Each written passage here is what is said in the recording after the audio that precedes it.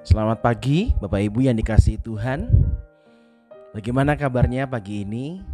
Saya yakin Bapak Ibu pasti ada dalam perlindungan dan berkat Tuhan. Dan saat ini kita akan memulai doa pagi kita. Namun sebelumnya mari kita datang kepada Tuhan dengan sebuah pujian.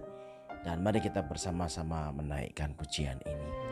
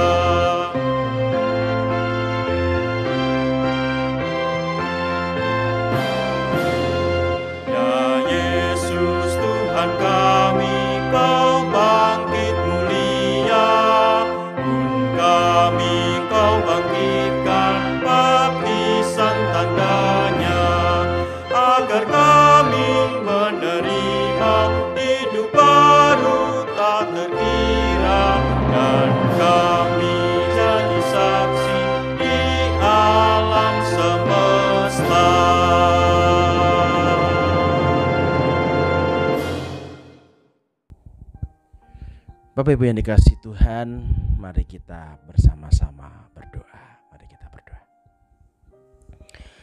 Bapa yang bertahta dalam kerajaan surga, kami bersyukur kalau pagi hari ini Tuhan memperbolehkan kami untuk bangun tanpa kekurangan suatu apapun juga.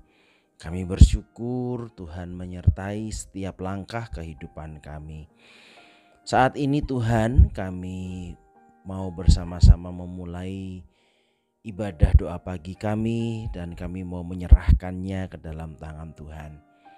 Kami mau melandasi pagi hari ini dengan sabda dan permenungan, dan kiranya Tuhan sendiri yang boleh menuntun hamba-Mu agar pagi ini Tuhan boleh memakai hamba-Mu.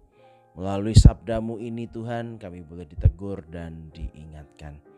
Kami tahu hamba-Mu ini sungguh rapuh, sungguh hamba yang tidak sempurna.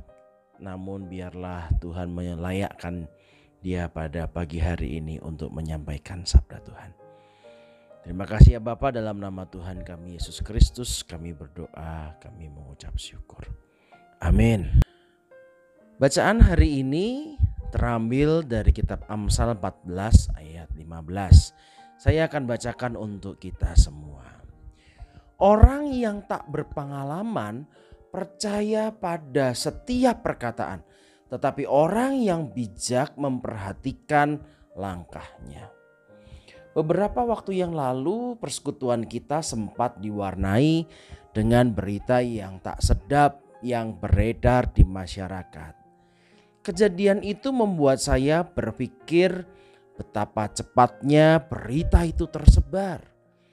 Apakah itu berita benar ataupun berita yang tidak benar?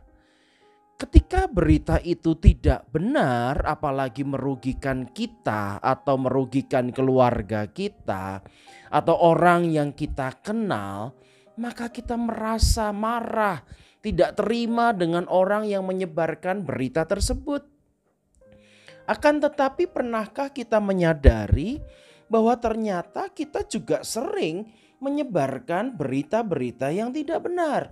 Dan mungkin saja ketika kita menyebarkannya, kita telah merugikan orang lain. Amsal 14:15 mengatakan, orang yang tak berpengalaman percaya kepada setiap perkataan, tetapi orang yang bijak memperhatikan langkahnya. Kita tahu bahwa tidak semua informasi di media sosial adalah sesuatu berita yang benar, sehingga layak untuk didengarkan, apalagi dibagikan kepada orang lain. Kita harus selektif, bukan? Ada beberapa orang yang sengaja menggunakan berita-berita yang tidak benar hanya untuk kepentingan mereka sendiri. Kita tentu tidak mau dijadikan alat untuk menyebar ketidakbenaran hanya demi untuk kepentingan orang lain. Oleh karena itu, ketika kita membaca berita di media sosial dan ingin membagikannya, tentu haruslah berdasarkan pada fakta dan kebenaran, bukan atas rasa suka atau tidak suka pada berita tersebut. Tuhan telah memberi kita semua yang kita perlukan untuk menjadi bijak dan berhikmat, apalagi di tengah-tengah situasi pandemi seperti ini. Sebagai pengikut Yesus, kita punya Roh Kudus yang bisa memberi kita hikmat supaya kita memiliki akal yang sehat. Itulah karunia dari Tuhan, akal sehat. Dan sekaranglah waktu yang tepat untuk menggunakan akal sehat dan kewaspadaan kita. Ingat, orang yang tak berpengalaman percaya kepada semua perkataan, tetapi orang yang bijak memperhatikan langkahnya. Mari kita renungkan hal ini. Bagaimana selama ini kita mencari tahu kebenaran informasi yang kita temukan di media sosial sebelum membagikannya kepada orang lain. Bapak Ibu, pada pagi hari ini jadilah berkat dengan menyeleksi semua berita yang kita dengar. Apalagi ketika kita mau membagikan kepada orang lain. Tuhan memberkati kita semua. Amin. Mari kita satu di dalam doa. Bapa yang bertahta di dalam kerajaan sorga, pagi ini Tuhan mengingatkan kepada kami bahwa kami harus berhikmat ketika kami boleh memakai handphone kami, terutama ketika kami ingin membagikan berita-berita yang kami terima.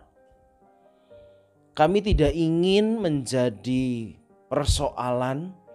Kami tidak ingin menjadi masalah dengan membagikan berita-berita yang tidak benar.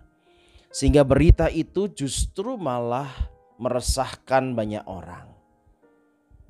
Tuhan, tentu kami tidak bertujuan atau tidak bermaksud untuk meresahkan banyak orang dengan berita yang kami sebarkan.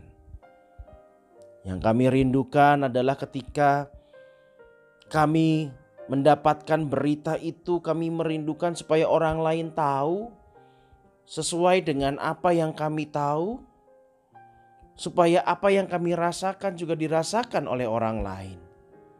Akan tetapi seringkali Tuhan, kami sungguh mohon ampun, kami tidak terlebih dahulu mengecek kebenaran berita itu, sehingga pada akhirnya bukan kebenaran yang kami bagikan, tetapi keresahan di tengah-tengah masyarakat, di tengah-tengah persekutuan, di tengah-tengah grup-grup WA yang kami miliki.